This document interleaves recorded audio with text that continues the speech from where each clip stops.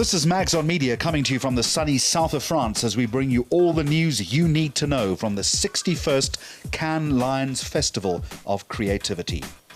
Joe Pytka, or King of Cannes as he's become known, was awarded the prestigious Lion of St. Mark for his contribution to the advertising industry. He's the man behind some of Michael Jackson's music videos, HBO, Nike and Kodak campaigns, to name just a few. The Agency of the Year award going to Adam and Eve DDB London, with Dentsu Tokyo claiming second prize. Ogilvy and Mather claiming top spot in the Network of the Year race. The annual Eurosport Cannes Beach Football League is also a serious business, and the team from Brazil dribbling their way past the competition to become this year's undisputed champion. Fine art was also a theme at this year's event, and a clever agency idea to merge famous paintings and technology. Here's Jason Burby from the agency Possible. We're sitting on the cross set at Cannes 2014 in the middle of an art exhibition. You're going to have to explain this one to me. Yes. Why am I here? Yes. So this was an idea that came out of one of our offices. We're an interactive agency, part of WPP, and the opportunity came up working with MoMA, Museum of Modern Art. Opportunity came up to encourage people to look at and think of art differently.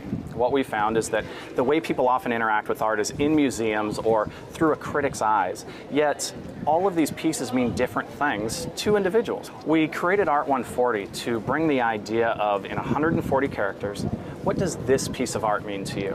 What do some of these other pieces of art mean to you? And so what we've done here is, you can see this is dynamism.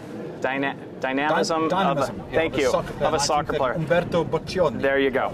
And so what's happening is people are looking at it and giving their reaction as they're tweeting it. We print out what different people are feeling and what they're saying. With what purpose? So the purpose is to expose the different views on art and the idea that we are all individuals and we all look at art differently.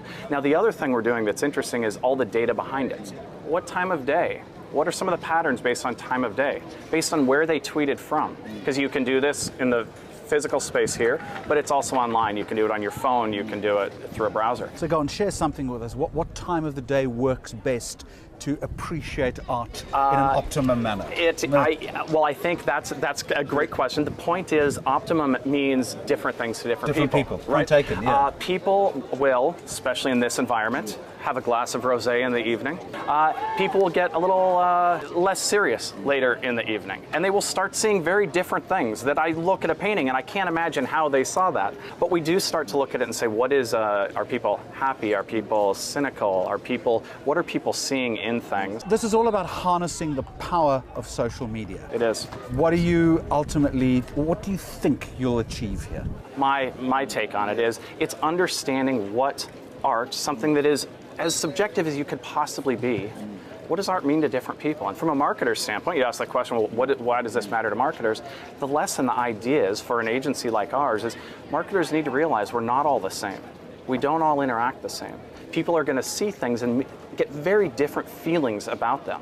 And so for us, having something like this and being able to show marketers, we all see the same thing, but it means incredibly different things to different people. And that's the lesson for marketers, is it's about the consumer. We know that through social, we know that through mobile.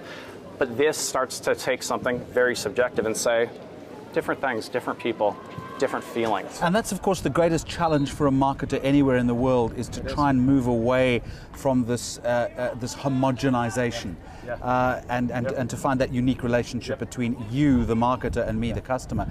It's becoming difficult because the more data you gather, the more engulfed you become by it. The problem is not the data, the problem is the interpretation of the data. Yes. So we all hear big data, and our belief is big data doesn't matter. What matters is the small pieces of data in there that you can take action on, right? And so for marketers, that is a big challenge. How do you start to get them to, we say one size fits no one. We're writing a book right now called Does It Work? And does it work means, does it work for you through a marketing campaign? How are we telling these different stories?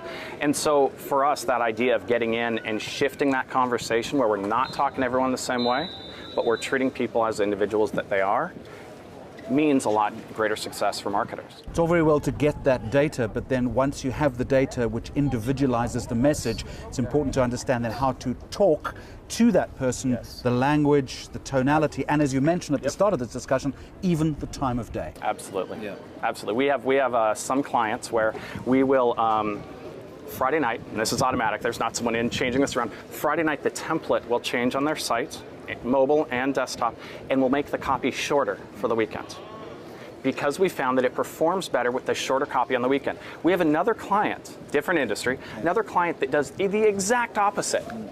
They go longer form content during the weekend. So the idea is once we understand what's working, what's not, we can start to shift that. And if there's enough of a difference, if it's going to get more people to convert or engage or fall in love with the brand, and we measured these all through surveys and different things, you can start to play with things. So it doesn't need to even be the one-to-one, right? It can be, there's some fun things you can do with that. And that's it from the beautiful south of France, this week's edition of Mags on Media. Au revoir.